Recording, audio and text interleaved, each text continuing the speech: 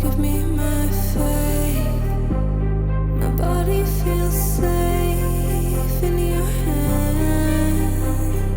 Feel me fully fade. What is up, you guys? Today we're discussing the exciting return of motovlogging.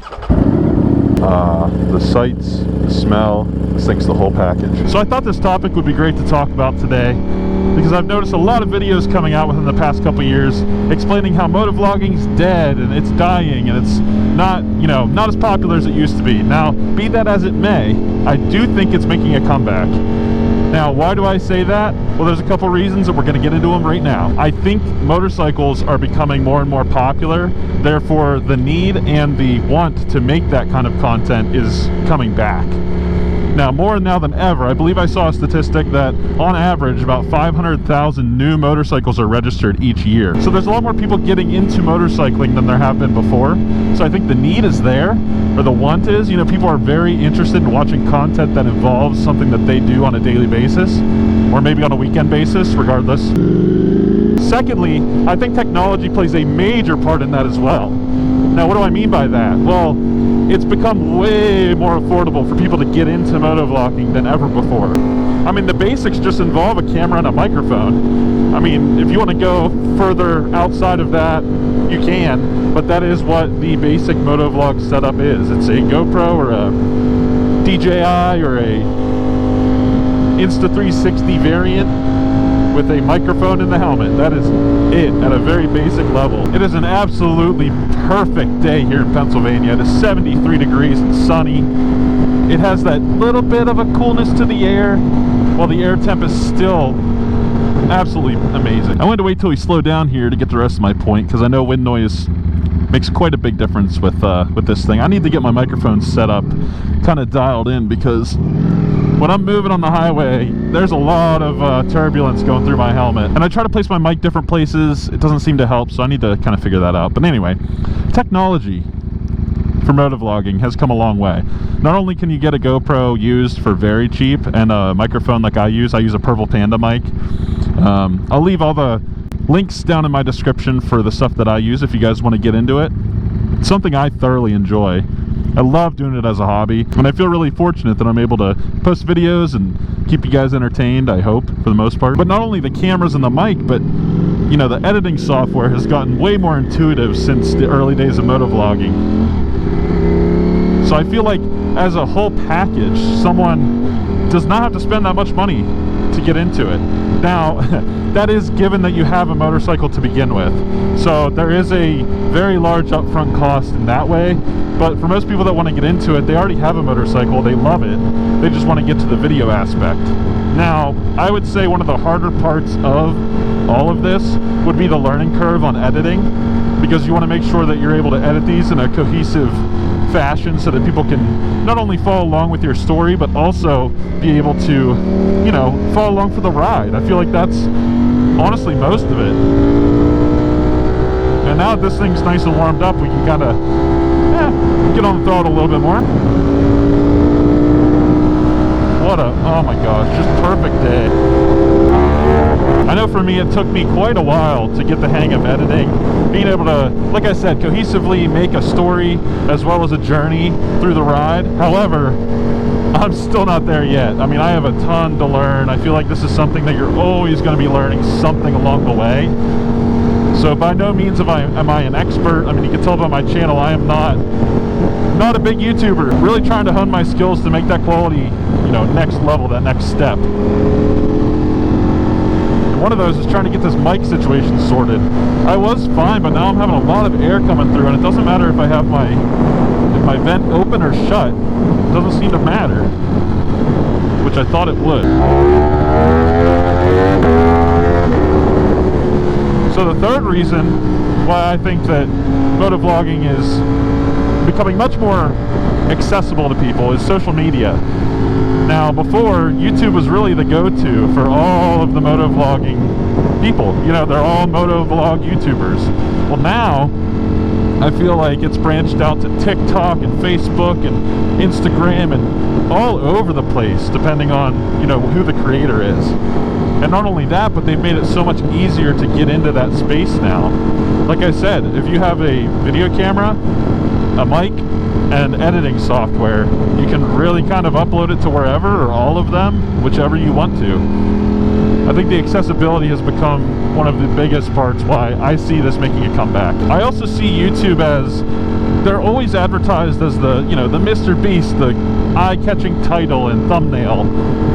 And I feel like the way he talks and the way that everything has been going lately, people are kind of reverting back to the good old days of YouTube, where you can tune into a 30+ minute video that isn't screaming at you the entire time. They're actively talking about stuff that you're actually interested in, and not trying to keep your eyes on the video non-stop for 30 minutes straight.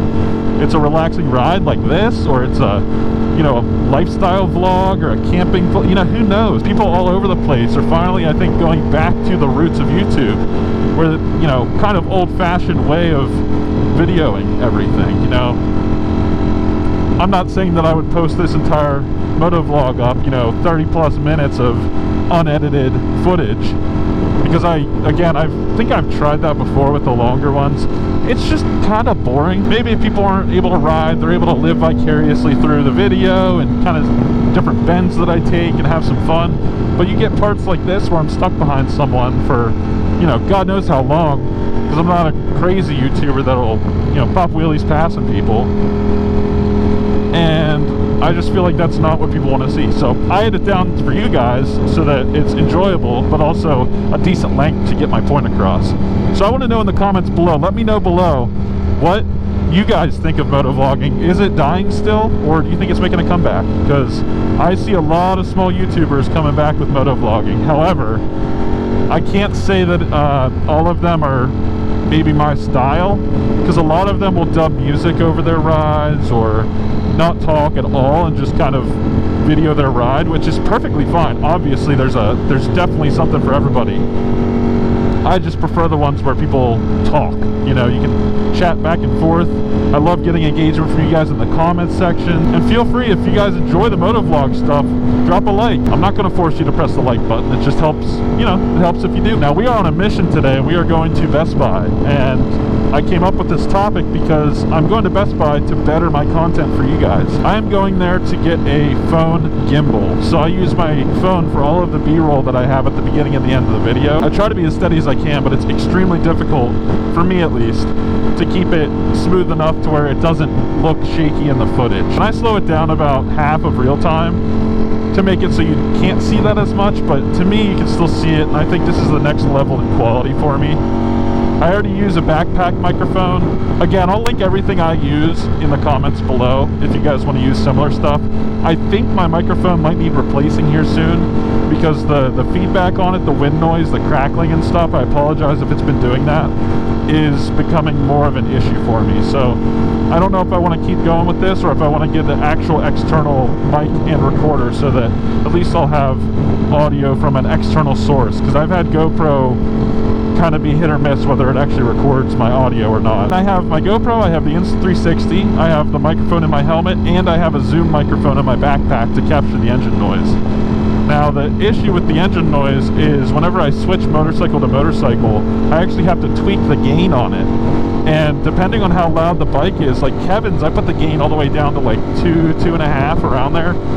And it was still overpowering the microphone in certain cases at like high RPMs. With this bike, the exhaust exits a little after where my backpack sits, so I can turn the gain up to 3, maybe 3.5, and it'll still be good. But the problem is sometimes I'll need to tweak it on the go and not really know where to put it. And the issue is you can't really test that until you're riding it and look back at the footage. So there's, I don't know if there's a solution for it, but it would be really nice to have a microphone that not only, you know, is able to self-adjust the gain to make it kind of perfect, but also like a more intuitive interface. This is like the cheapest Zoom mic you can buy. So, well, one of the cheapest, not the cheapest. It still sounds way better than if I had a, you know, regular mic that I use for the helmet on the back of the bike. I tried doing that. That video did not turn out well. But I hope you guys are having an awesome day. I'm excited. I love going to Best Buy. I'm sure you guys can relate. Any tech store, car store. Lately, with how old I am, Lowe's even, I've loved going to those stores. It's like a kid in a candy store. It's like an adult toy store. But anyway, we're gonna go, and I think I have my sights set on a DJI Osmo 6, I believe it's called, or Mobile 6, I forget what it's, you know, the proper name is. But that way I can get you guys some extremely clean and smooth B-roll, and maybe even use the tracking feature in the future so I don't have to have anybody with me to film. Do some flybys, do some slow-mo, maybe get a couple wheelie shots or something. I don't know. Give me ideas. I want to know what you guys want to see. I think it'd be pretty cool to experiment with. I'm actually enjoying cruising behind this person because the air is cool enough, the bike is nice and cool. We're just vibing right now. It's great. I know you guys like the higher speed stuff too, so we'll get a little glimmer of that here in the coming minutes. I think this is my favorite weather to ride in. I think I also, for my moto vlogs, again, this is way overkill. Like I said in the beginning, you need a camera and a mic. That's pretty much it, and a motorcycle. But I think I want to get a mini DJI drone as well. There's a lot of places out here in Pennsylvania where I can park and fly a drone and get some killer shots for you guys. I think that would take it up, you know, another step in quality. And I see a lot of my favorite moto vloggers are doing that kind of stuff. If you guys watch Fastlane D, almost all of his intros have a drone shot of the area he's in. I just think it adds a level of quality that nothing else can add. It's really, really cool looking. And he just has the personality for it. I mean, he has the voice. He's great. Just sucks that he got in that accident. I know he's been taking it easy, but hey, wish you the best, man. Another motovlogger I used to watch a lot that I still watch because he's been kind of coming back a little bit, little by little, is Do It With Dan. He's had a lot of stuff in the past where he was a huge motovlogger. And I'm not saying that he fell off. I'm sure that, again, motovlogging kind of has its dips and its rises. But he definitely has changed up his content recently. But he still has some motovlogs. I thoroughly enjoy his, you know, the personality is what makes motovlogging so good. You have all these different people doing the same thing, but in a different way. And I think that's why I like it so much. It's just one of those things you can put on the side of your monitor, you can actively watch it, or you can kind of have it play in the background and just listen to him. Look at me hit on this straightaway.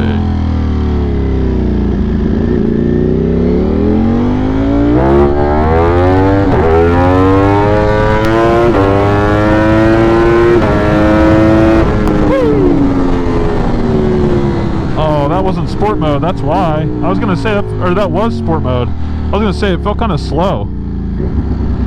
Of course, I say it felt slow.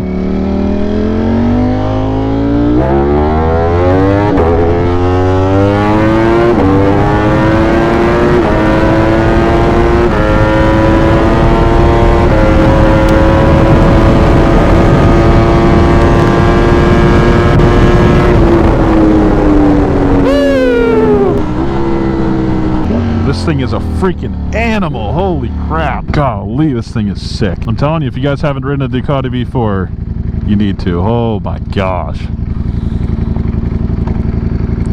That wasn't even me max effort. I was just trying to merge onto the highway. All right, sound check of the day, everybody.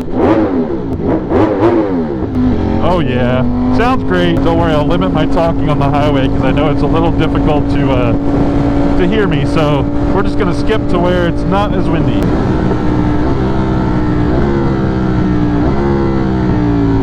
Finally, close to Best Buy. Oh no, Prius. Will I beat him in a race? I don't know if I can.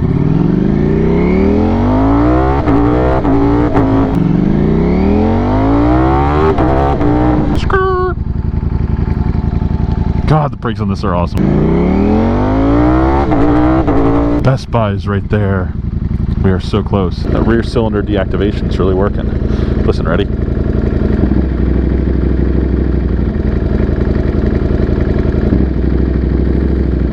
That's pretty cool.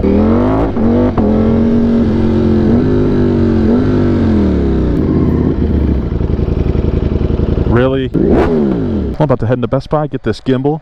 Hope you guys enjoyed the video, enjoyed the talk about motovlogging. Hope you all have a great day, and I'll catch you on the next one.